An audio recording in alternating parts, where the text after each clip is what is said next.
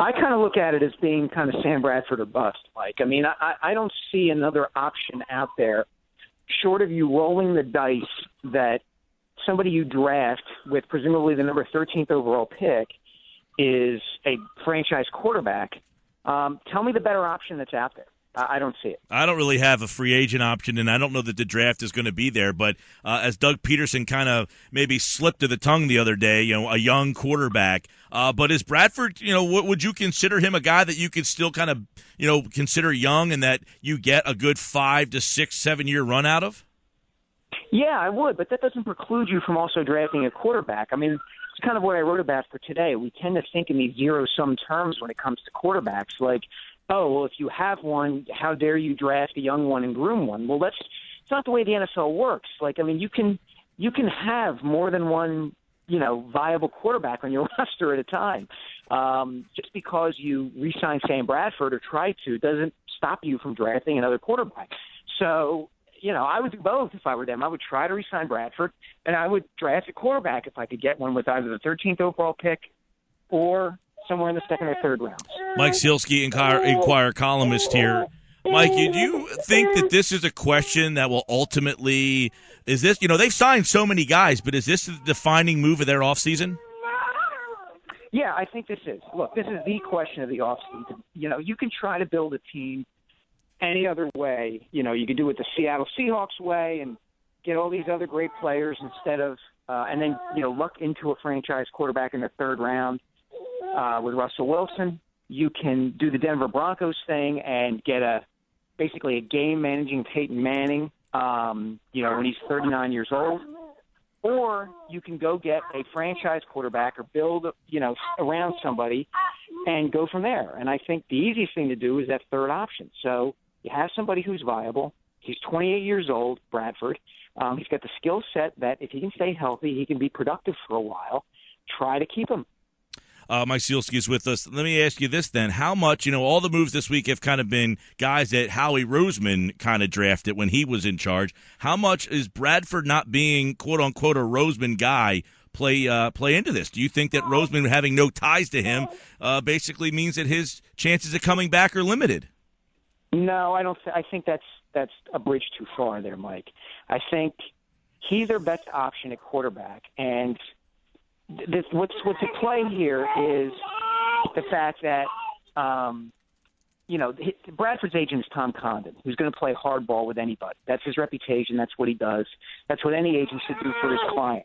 And so, there's no impetus on either side to move at this point. You got to wait to see what happens, to see what Bradford wants, and then you go from there. I don't think the fact that it's Howie Roseman necessarily has anything to do with anything. Yeah, we're talking with Mike Sielski here from the Philadelphia Inquirer. A great piece on Sam Bradford because, as everybody asked, what do you do? The free agent class, not that great. And, of course, the draft doesn't have that Marcus Mariota, that Jameis Winston out there. But Doug Peterson, he kind of was a bridge guy. They brought him in here to be the bridge for Donovan McNabb, and his former quarterback in Kansas City is available via free agency. Does that seem like a logical move, Mike, if you have to pay Sam Bradford an inordinate amount of money? Well, look, the money that Bradford's going to get to me is relatively meaningless. Like, if he's good, you pay it. I mean, that's what the market rate is. And I think trying to fill that gap, by finding somebody who's maybe not quite as good as Bradford but is cheaper, that's a lousy way to go. I don't like that approach because it opens you up to way too much risk. Chase Daniel can't be that Alex Smith, who's considered a comparable quarterback to Sam Bradford. But now Chase Daniel is going to be the guy you bring in to do what? To do what? The entire strategy that the Eagles have employed in this offseason, their entire message since firing Chip Kelly has been they're ready to win now. This was all Chip's fault. We have a team that's ready. We just needed to get big bad Chip Kelly out here. And now you're going to bring in a completely new quarterback. I don't see that at all. Yeah, and, I guess as you write in the piece, get you a young quarterback. And as you mentioned, it doesn't preclude you from drafting a quarterback. But if you sign Bradford to a longer-term deal, does that kind of then block that young quarterback as opposed to bringing in kind of a journeyman guy who can keep the seat warm for a year or two? Well, what's a longer-term deal? I mean, I think it's reasonable to think about a 2, 3, 4-year deal for Sam Bradford. And it's common throughout the NFL to structure these things in a way that the Eagles would be able to get out from under it if they absolutely needed to. But again, just because you sign Sam Bradford for maybe 4 years, if he's willing to do that, doesn't stop you from continuing to try to improve the position. That was one of the points I made in the column. You know, look at the Eagles over the last 16 drafts since they got Donovan McNabb. They've only drafted 6 additional quarterbacks. The Patriots have drafted 8. The Packers have drafted 7. And the Patriots have Tom Brady, and the Packers went from Brett Favre to Aaron Rodgers. The point is not that, you know, Rodgers supplanted Favre or that none of the Patriots draftees were better than Tom Brady. The point is those teams recognize the value of the position and what the position, what developing talent at that position can do. You can trade those guys. You can develop them into, you know, commodities. Maybe you get a guy who can challenge Tom Brady or challenge Brett Favre in the way that Aaron Rodgers did. You know, there's no way that Chip Kelly, for instance, could have gotten Sam Bradford if they didn't already have Nick Foles and Kelly kind of help him 27 touchdown, 2 interception season in 2013. That ginned up Nick Foles' value.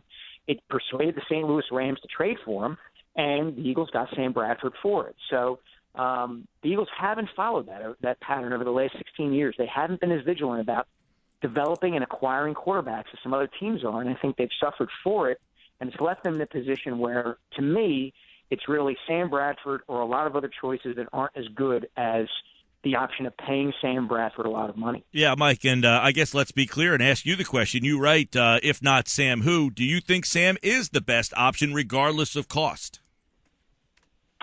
Yeah, I kind of do. I mean, I'm asking this question because I don't see another answer. Tell me who the quarterback is who you're going to have other than Sam Bradford. Consider the Chiefs, okay? Everybody talks about it's great. It's easy to poo-poo Alex Smith as being a game manager and a guy who can't get the ball downfield and all that. The Chiefs are 30 and 16, I believe, in the 46 games Smith has started for them since they traded for him. They won a playoff game. They made the playoffs 2 out of those 3 years. Tell me who they were going to get in the draft or in a trade who was going to be better for them than Alex Smith. You know, the odds of that are not good. They're really not good. Take a look at how many franchise quarterbacks have come out of the first round of the draft in the last 5 or 6 years. There aren't that many. There's Andrew Luck and a bunch of guys who are still questioned. So, you know, if I'm looking around, I'm saying, really? You want to take a shot on Colin Kaepernick? Really? You want to take a flyer on Robert Griffin III? Really? You want to try to draft, you know, Goff or Lynch or Carson Wentz if he's available at 13? I mean, they're all shots in the dark. And Bradford, I thought, was really good in the second half of the season after the bye week. He's got the confidence of the guys in that locker room. They want him back. And he would, you know, be coming back after finally finishing a full season after missing 2 years because of that left knee. So, to me, he's their best option. He just is. Mike, does this then, because they gave up 2 second-round picks to get Alex Smith, does this then kind of validate that a second-round pick was worth, you know, getting a guy, like you just said, who else are you going to get in the second round that's going to be more important than finding a stabilizer at quarterback? So does that then kind of shut up some of the detractors of saying, well, you gave up a second-round pick for this guy if, in fact, you bring him back? Look, the second-round pick is only valuable if the team that uses it gets a valuable player for it. Your second-round pick, you know, could be Vinny Curry. It could be Quentin Caver.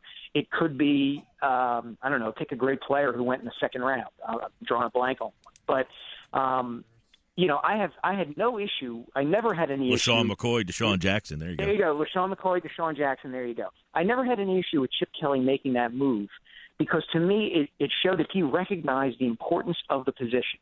And he recognized that there were only so many ways that you could improve and get a franchise guy there. And he had concluded Nick Foles was not that guy. I think that Foles' 2014 season and what he did for the Rams last year validated that evaluation of him. And so Chip took a chance that Bradford would be that kind of guy. And in the second half of the season, I very reasonably argue that he was. So, let's see what he can do moving forward. You know, they just paid Zach Ertz and Vinny Curry a whole bunch of money for what they anticipate those two guys are going to do. It doesn't seem unreasonable to me to make the same sort of bet on Sam Bradford. You know, he's, like I said, he's 28. He's not an old man. He can be very productive in this league for a while, presuming he stays healthy. He seems to me to be the best option. Does it make the most sense for where this team is then to not focus on getting that quarterback in the first round and then maybe getting, as you mentioned in your piece, a guy like a Christian Hackenberg or maybe a Connor Cook who was thought to be a first-round pick, and maybe just taking a chance in a second or third round because as you chronicle in the piece that, hey, sometimes you kind of get lucky. Miracles can kind of happen here. You get a guy like Brady a little bit later, very far in the draft. So don't focus because this team has more problems than just that position. You have to take the best player available, who you judge to be the best player available. And if you think there's a quarterback in the first round who you, at that point, is the best player available in that draft, you should take him. I don't think there should be any ifs, ands, or buts about that. You know, do they need help on the offensive line? They absolutely do. But I'm not a big believer in reaching for the sake of a position. They did that with Marcus Smith. Look where it got them. You know, you take the best player available. The example I used in the piece I wrote for today, the Dallas Cowboys over one 29-year period drafted 25 quarterbacks. And that was while they had Roger Staubach for a 10-year period. You know, when good luck finding somebody who's going to be better than Roger Staubach. That's not the point. You draft quarterbacks because they're so valuable. And if they decide that Paxton Lynch, who's available at the 13th pick, is the best player in the draft right then and there, you take him.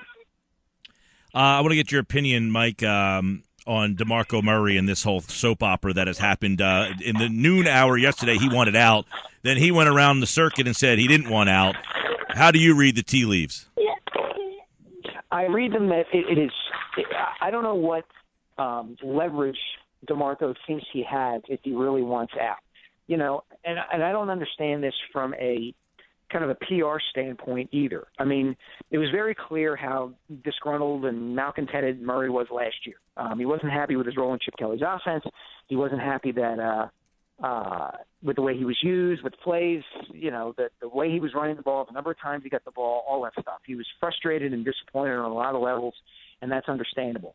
So now, after Chip is out, you've got a new system, a new coach, kind of a fresh start. You're going to begin by saying, you know, I want out of here. You know, look, he's going to cost $13 million against the salary cap next year. The Eagles, you know, unless they renegotiate his contract for the purposes of trading him, you know, would be silly to cut him. It would just it would be cost prohibitive. You know, and never mind the fact that, you know, among Murray, Ryan Matthews, and Darren Sproles, running back appears to be a position of some depth and some talent, you know, perhaps a strong point for them. So, you know, if I'm the Eagles, I'm saying, DeMarco, we anticipate you showing up to training camp and coming to play ball. And if I'm DeMarco Murray, that's what I'm going to do because I'm going to get paid a lot of money to do. Mike Sielski is with us, the columnist from the Philadelphia Inquirer, his front page piece on Sam Bradford. You know, and you write kind of in the subtitle, the failure to develop quarterbacks has cost the Eagles. You know, they had McNabb. They kind of went by what you said. They drafted Cobb in the second round. Did they, you know, you could look back to that moment and wonder if they traded McNabb too soon. Did they go to Cobb too early? Did they pull Cobb too early? And that moment has kind of put them in the spot they're in today.